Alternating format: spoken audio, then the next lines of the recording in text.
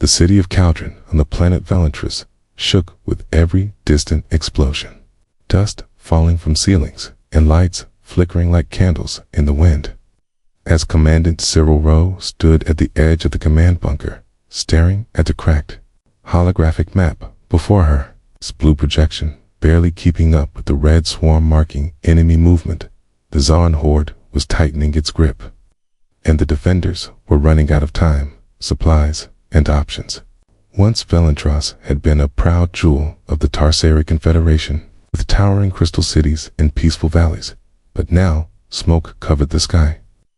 Buildings lay in ruin, and the once green parks had become trenches filled with makeshift barricades and wounded soldiers, while across the battered capital, what remained of the Valentrizi Defense Corps, once 10,000 strong, was reduced to a few hundred exhausted Marines, many of whom hadn't slept in days, faces covered in grime, armor scorched and patched with battlefield tape. And Cyril knew the truth. Everyone else was too afraid to say aloud. There would be no reinforcements, because the Confederation had no ships fast enough to reach them. Not after the Deep Space Com relays were destroyed in the first wave. And now Valentrus was alone, and the message sent out weeks ago was just a last gasp, a desperate whisper to the stars, a hope without foundation, but still, she had sent it.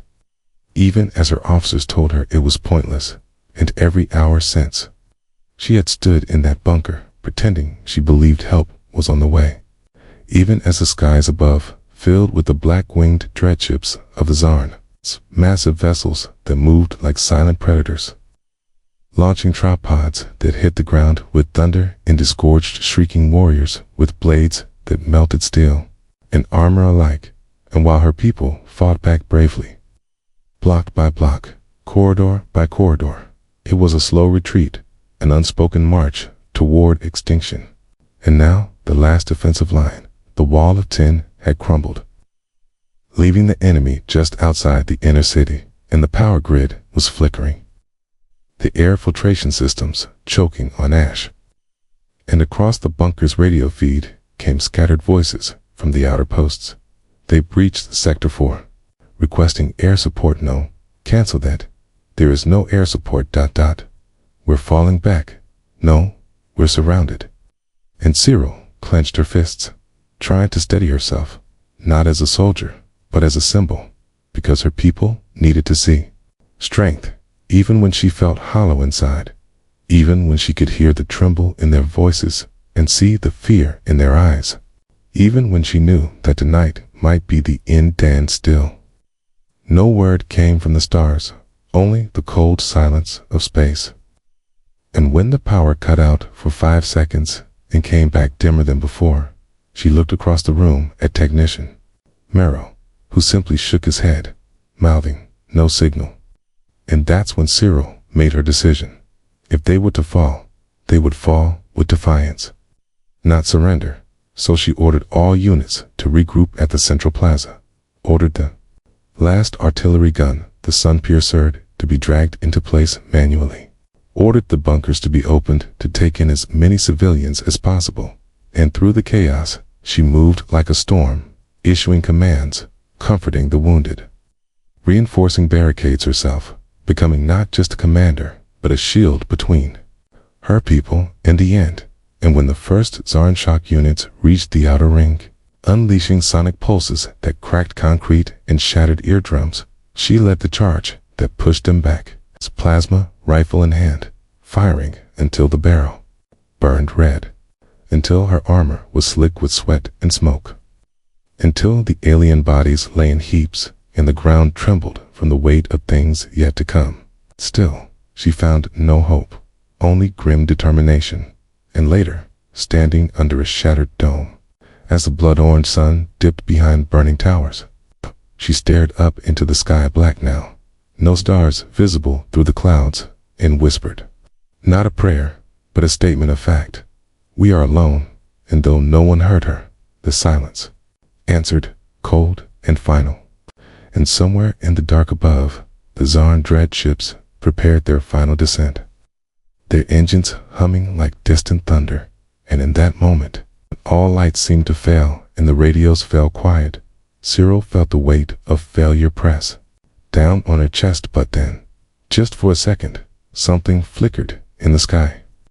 A pinpoint of blue light, then another, too fast, too sharp, not like a star, and she blinked, thinking it must be a glitch in her visor. But then the tremor came, low at first, like a pulse, then rising into a bone-deep rumble, and across the city, the surviving defenders paused. The Zarn seemed to hesitate, and then a sound unlike any other tore through the sky, a howl, not of nature, but of machinery, a roar of engines pushed beyond limits, and above Valentris, space cracked open in a streak of white-hot energy as something massive erupted from faster-than-light's leak. Angular, surrounded by burning vapor, and bearing markings no Tarsari had ever seen before.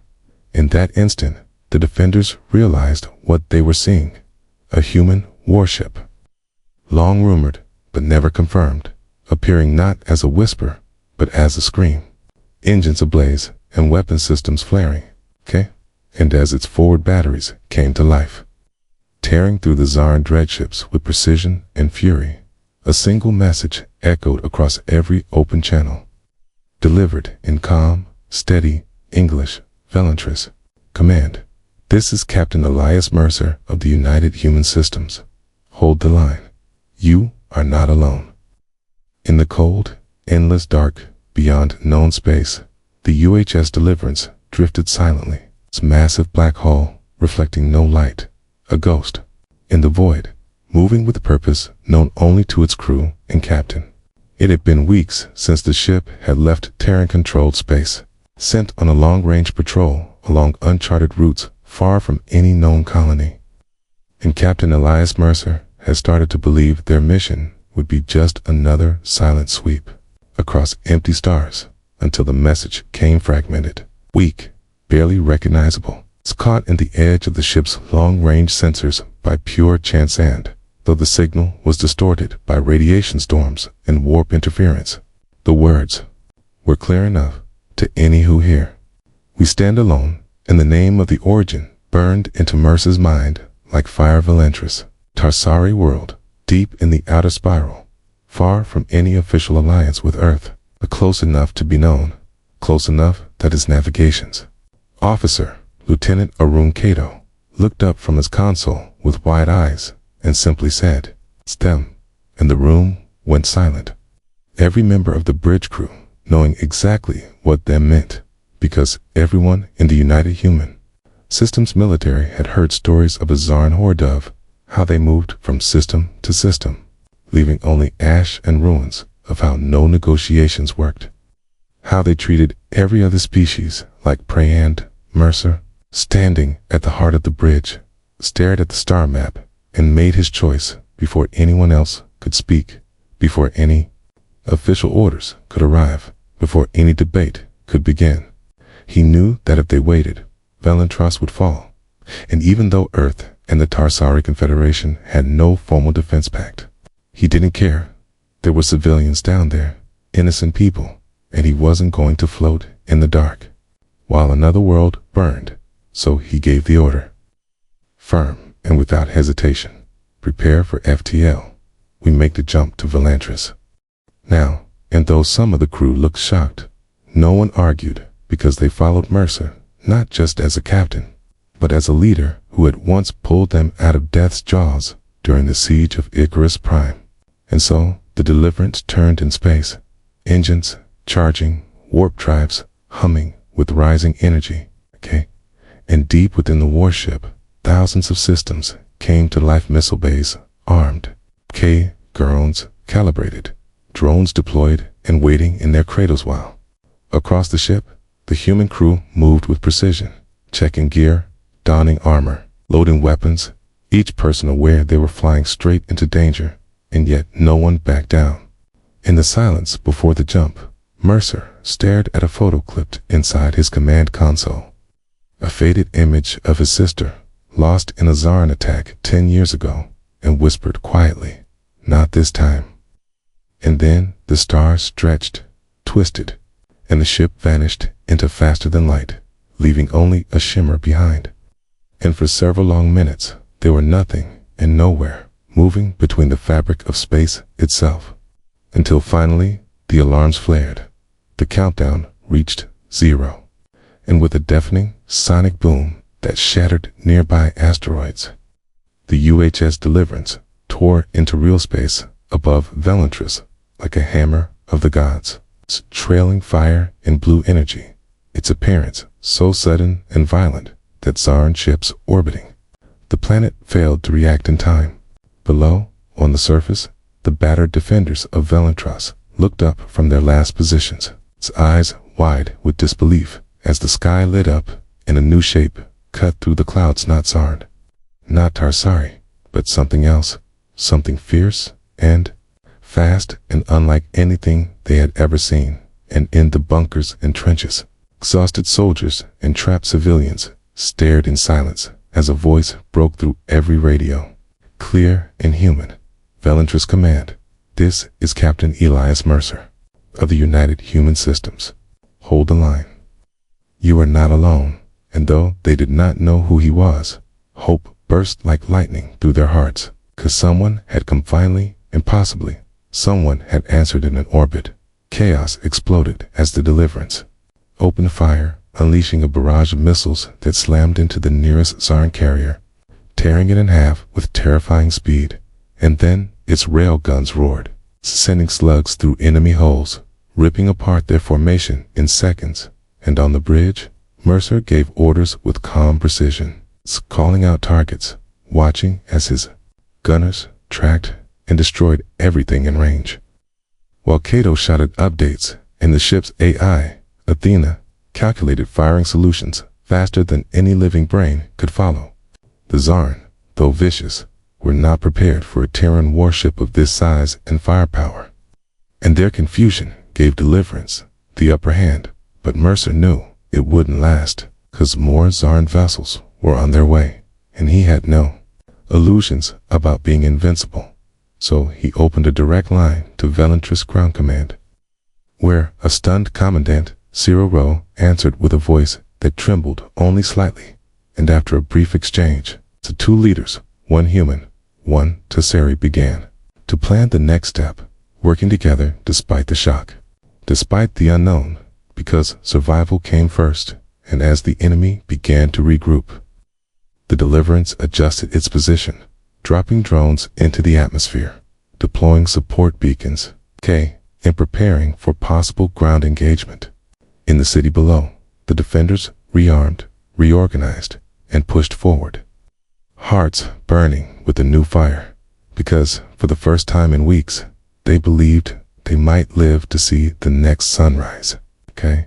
And far above, Mercer watched the planet spin slowly beneath him, knowing this was just the beginning, that more would come, that they had arrived not to save a battle, but to begin unwarned. He was ready. The sky above Velantris burned with strange light as the UHS Deliverance moved across the upper atmosphere like a shadow made of fire, its hull glowing with the heat of re-entry, engines screaming, and every eye on the planet soldier, civilian, even Zarn, turned upward in disbelief, for nothing had ever arrived like this before, not even the worst of the Zarn dreadships.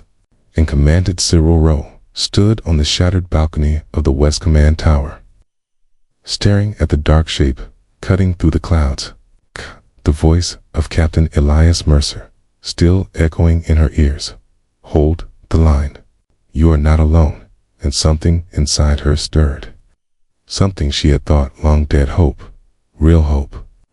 Not the kind born from lies or forced courage, but the kind that came when you saw power, when you saw salvation with your own eyes. And around her, the remaining Marines began to move faster, sharper, as if the arrival of the human warship had given them back their purpose. And far above, the Deliverance roared into battle, its railguns spinning and locking on its missile bays opening in synchronized waves.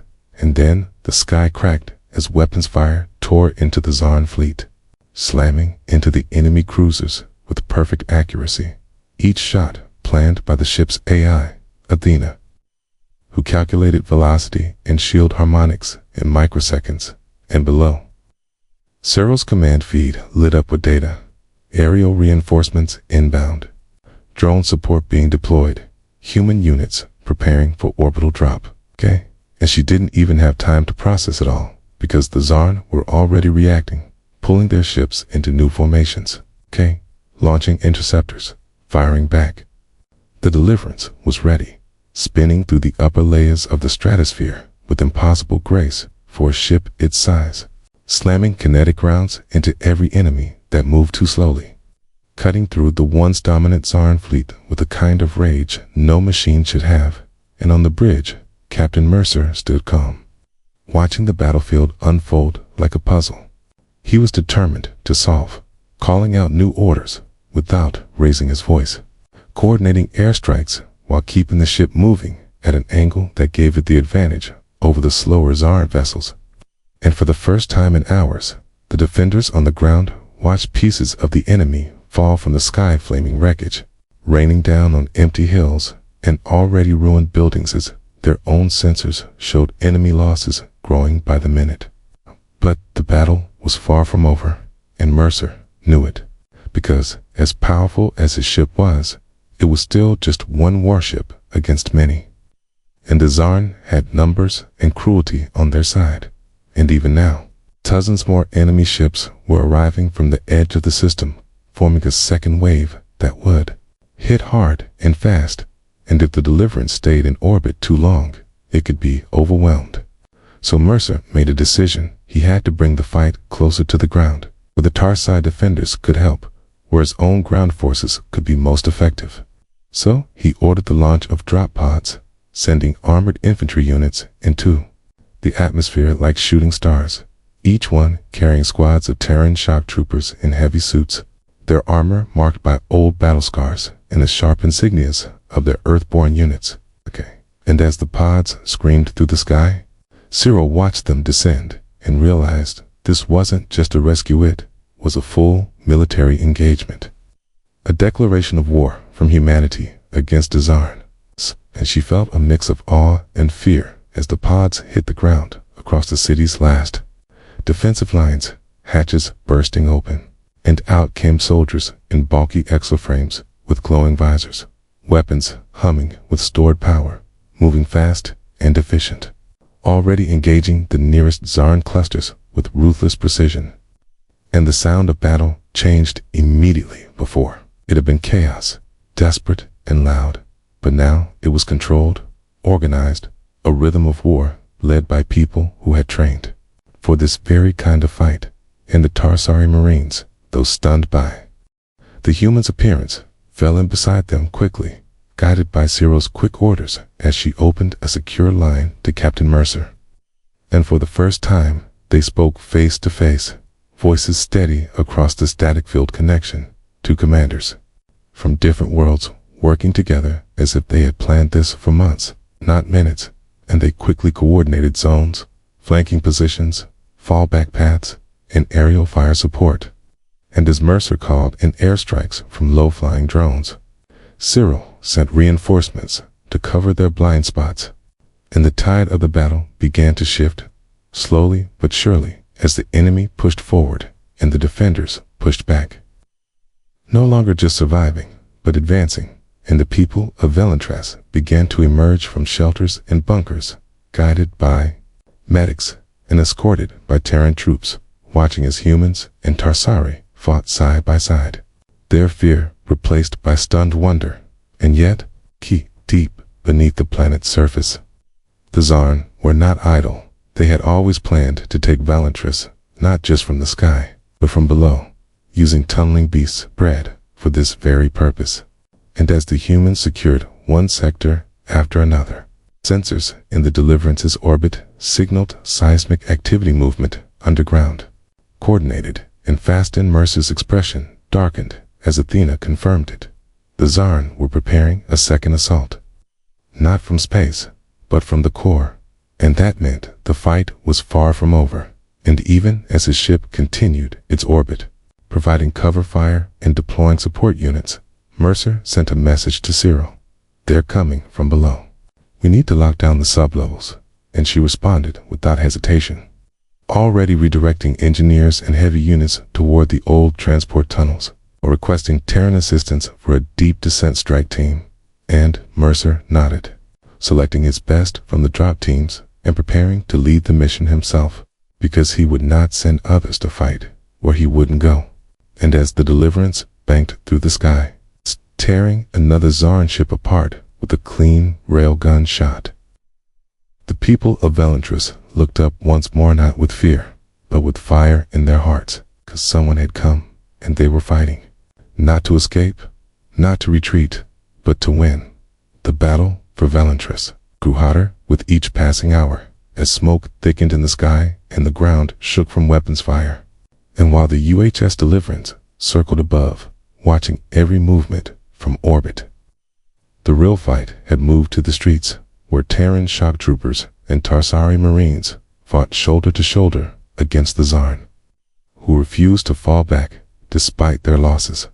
They came in waves, climbing over wreckage, crawling through shattered walls, their armored forms glowing faint green in the thick smoke, as if pain and fear meant nothing to them. And though human weapons tore through their ranks, and Tarsari soldiers stabbed and shot with all their remaining strength, the Zarn didn't stop. And so neither did the defenders. And in the center of it all, Commandant Cyril Rowe moved like a force of nature, shouting orders, rallying squads, helping wounded troops drag themselves to safety while keeping her rifle hot with energy rounds. And beside her, Lieutenant Rallick, stouting and quiet, now followed her steps closely, inspired by the strange new fire in her eyes, a fire brought by the humans who had come from the void. And though no one said it aloud, everyone knew things were different. Now, this wasn't just a delaying action.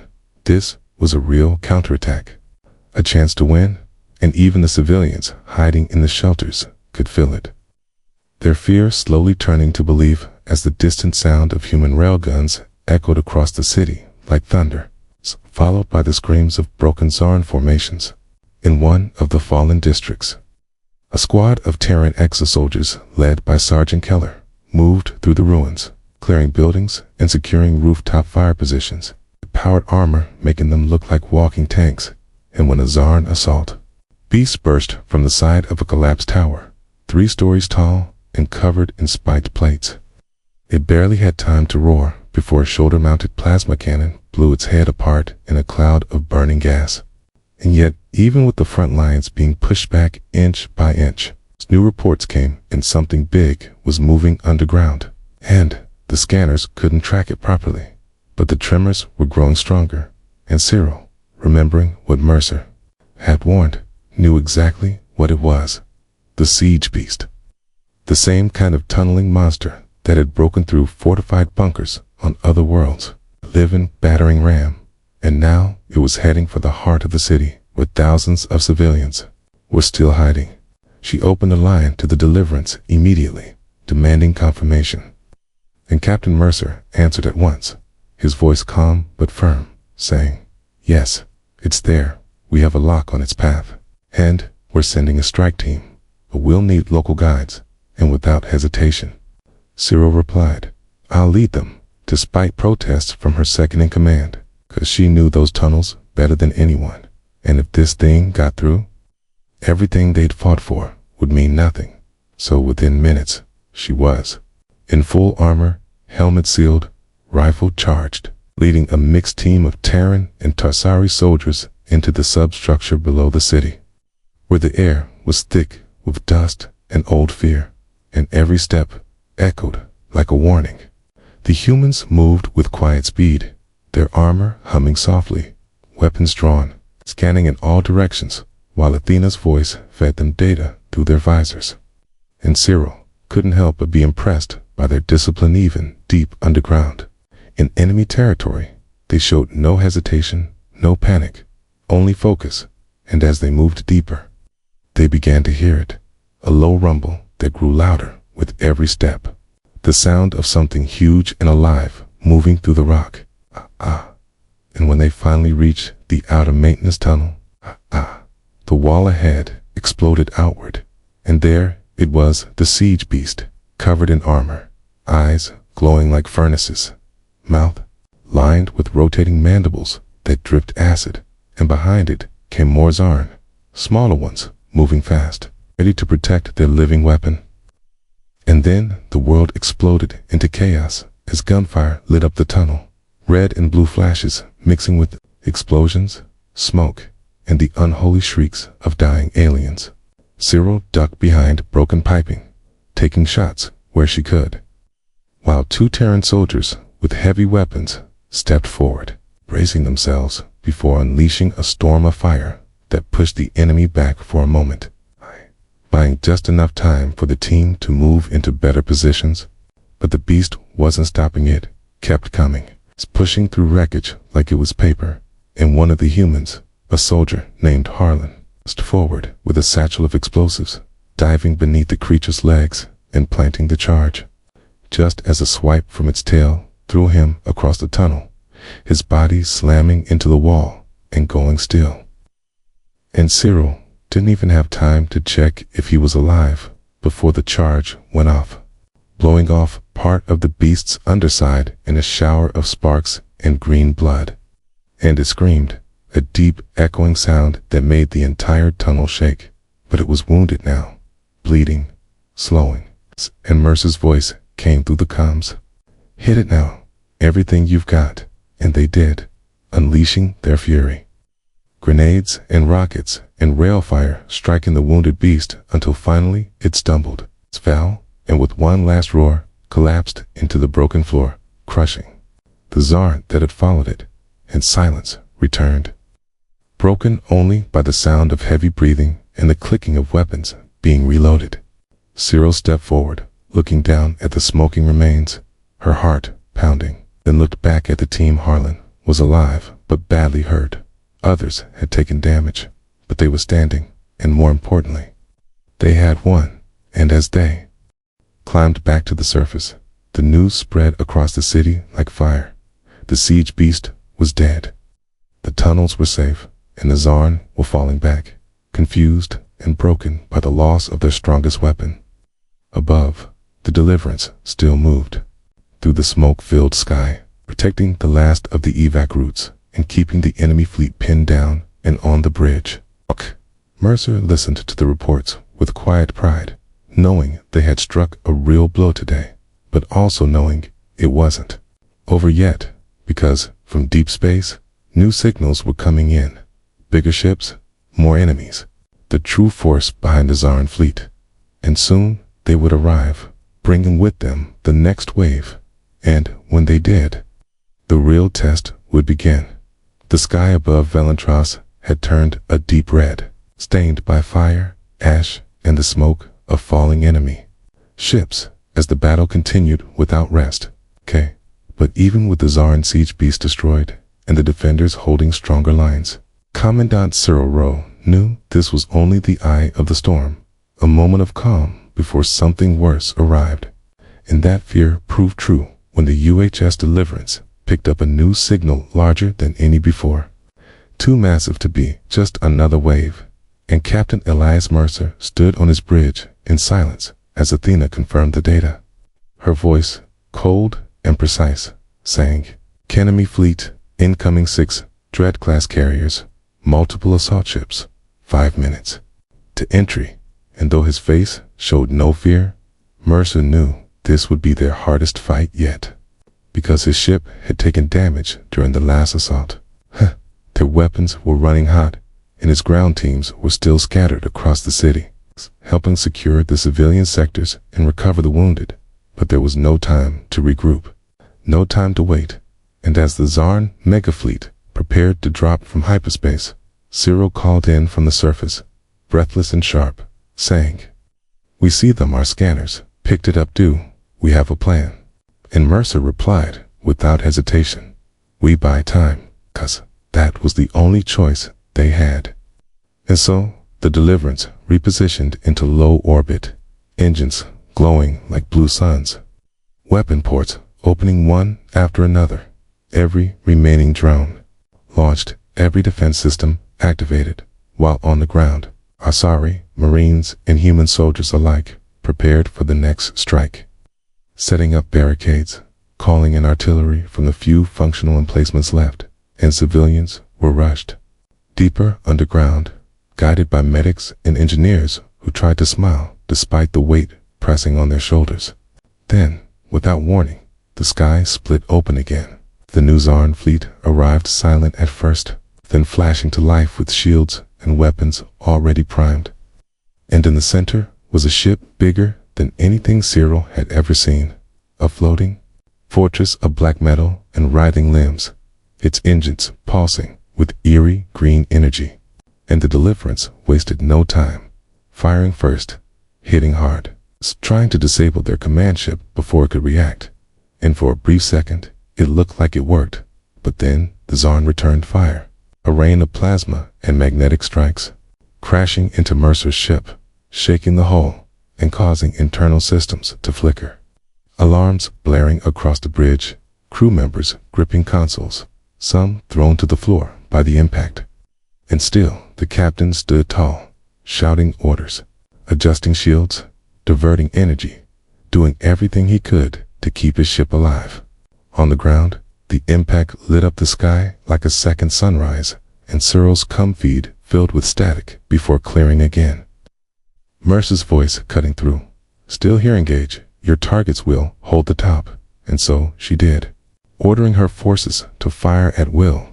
And the city turned into a storm of fire and light as every weapon available was used. Plasma rifles lighting the streets, human railguns cracking open enemy armor, and still the Zarn came taller, faster, and more aggressive than the earlier waves, some of them glowing with strange markings that pulsed as they moved. And it became clear that this wave was different, smarter, maybe even led by something more than instinct, and the front line began to bend under the pressure. Buildings falling, squads overwhelmed, and Cyril herself nearly went down when a Zarn warrior burst through a side street, swinging a blade that burned the air, only to be stopped by a Terran soldier who tackled it to the ground and fired point blank until the alien stopped moving. Then, without a word, he lifted her up and moved on, disappearing into the smoke. At the same time, deep inside the Deliverance, the reactor began to overheat from constant energy redirection. And Athena warned Mercer that another few volleys would risk collapse, but he told her to push it anyway, because if they didn't hold the skies, the ground wouldn't matter. And so the ship kept firing, tearing holes through enemy hulls, sending burning wrecks tumbling down into the atmosphere. And one of them hit an abandoned tower in the city, lighting up the dark like a comet, while the civilians underground held each other in fear, listening to the distant explosions and the voice of a Tarsari elder telling them that help had come. And they would survive this. And then, in the middle of all this chaos, something changed. The signal was detected by Athena, faint but strange, coming from the Zarn flagship. A pulsing beacon not meant for communication but control, and it was broadcasting to every unit on the ground, guiding them. And Mercer saw it and realized that if they could take out that signal, they might disrupt the entire invasion. So he called Cyril and said, I have a plan. We take that ship down from the inside. And she didn't even ask how. She just said, give me a way in. And within minutes, the Deliverance launched the stealth pods, fast, shielded, carrying Cyril and a team of elite Terran commandos, dropping it right onto the massive enemy flagship, while the main battle raged around them. And when it slammed into the hull and burned a hole through the surface, they dropped in with weapons drawn, fighting their way through strange corridors lit by green light, the walls moving slightly as if alive, and Cyril had to push down the feeling of fear crawling up her spine as they pressed forward, using Athena's hacked scan to move toward the signal source. And at last, they reached a massive chamber at the core of the ship, where a pulsating heart-like machine hung from the ceiling, cables and energy flowing in and out of it, and guarding it stood a creature unlike the other Staller, armored, its face covered in shifting metal plates. And it spoke in a voice that echoed in their minds more than their ears, saying, "You're late, pray." And then the room exploded in battle. Humans and Tarsari firing everything they had, Cyril ducking and moving, emptying her rifle, then switching to a plasma blade as she closed in, and finally, after a brutal fight, she and the last surviving commando planted charges on the machine, setting a timer, then fighting their way back to the drop pod and launching off the ship just as it exploded. A burst of white light tearing the Zarn flagship apart from the inside, and all across the battlefield, Zarn soldiers stopped, some collapsing, others running, the battle suddenly turning in the defenders' favor. And as the Deliverance finished off the last of the enemy fleet, Mercer sat back in his chair, breathing hard, eyes scanning the battlefield one last time, knowing they had just survived the worst storm of their lives. And yet, something told him the war wasn't over. It had only just begun. The smoke over Valentris was finally beginning to clear, though the air still smelled of fire and ash. And the ruins of the once bright city stretched as far as the eye could see. Broken towers and scorched ground painting a picture of war's heavy cost. But, for the first time in many days, silence held no gunfire, no screams, only the distant hum of medical drones and repair units, moving across the wreckage, searching for survivors and pieces of what had once been home. The Zarn had been driven back, their massive flagship destroyed from within.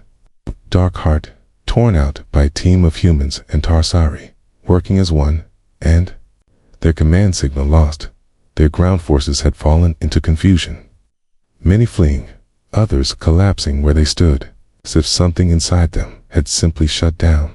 And when the final wave scattered, the defenders had barely the strength to cheer, but they knew, somehow, it was over, at least for now. Above them, the UHS Deliverance still floated, damaged and scorched, but alive. Its massive silhouette now, a symbol burned into the memory of every soul on the planet, a reminder that someone had answered the call when all hope was gone.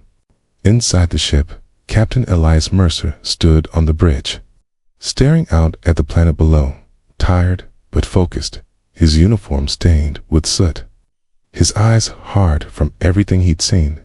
And though he didn't speak, his crew moved around him with purpose, tending to systems, rerouting power, reporting casualty counts: 233 confirmed dead from both human and Tarsari forces, hundreds more injured, but thousands saved, and for every life lost, 100 more had been pulled from death's grip because of what they had done. Mercer finally turned and looked to Athena, his ship's AI, who spoke softly. "Enemy signals have gone silent. Scans confirm retreat vectors. They won't be back soon." And he gave a small nod, knowing full well that peace was only a breath between storms, especially with enemies like the Zarn, who never truly stopped, only waited. But even so, this moment mattered, and it belonged to the people who had fought for it, bled for it, and still stood, even when their walls had fallen. And on the surface, Commandant Cyril Rowe walked through the shattered plaza that had once been the heart of her city, passing medics tending to wounded, engineers trying to restore water and power lines, children staring wide-eyed at the human soldiers helping build shelters from debris. And she felt something deep in her chest that she hadn't felt in a long time, not fear, not anger, but pride, because her people had not broken. And though the cost had been terrible, they had not stood alone in the end. Soon after, a temporary command tent was set up in the remains of the Capitol Square, and there, under makeshift lights powered by portable generators, the first real meeting between Tarsari and human leadership was held, with Mercer arriving in his scorched armor, stepping onto cracked stone beside Cyril, who saluted him with quiet respect and without speeches or ceremony. They began to talk not about victory or medals, but about the future. Because the question now wasn't just how to rebuild Valentris, But what came next for this battle had changed more than a city. It had awakened the galaxy to something new. The reality that humans, long considered strange and distant, Quo would not stand by while others burned, and Cyril asked the question everyone was thinking. Why did you come? And Mercer answered simply, because no one else could then, no one else did. And though the words were plain, they struck deep, because they were true. And as the night grew colder and the stars came out overhead, stars that had once seemed so empty, messages began to arrive, long delayed by the interference of war, but now coming through clearly. Other Tarsire outposts, nearby systems, even neutral worlds, all asking the same thing: what had happened here, and who had sent the warship that turned the tide. And though the answer was short, it carried weight. Humanity had come, and with them had come fire, steel, and a will that would not break. And as the word spread across systems, others began to speak of alliances, of shared defense, of something new rising in the ashes of Valentras, something born not from politics, but from battle-forged trust. And days later, when the Deliverance finally prepared to leave orbit, now carrying wounded and evacuees bound for safer worlds, Cyril stood at the edge of the landing platform, watching it rise into the sky once more. And she whispered into the wind, "You weren't just a ship. You were our deliverance." And in the command chair, Mercer heard the transmission, faint and full of static. But he smiled for the first time in days, knowing that sometimes, even in the black void of war, a single choice to act could light up the darkness. And though he didn't know what new storm might come next, he knew they would face it together.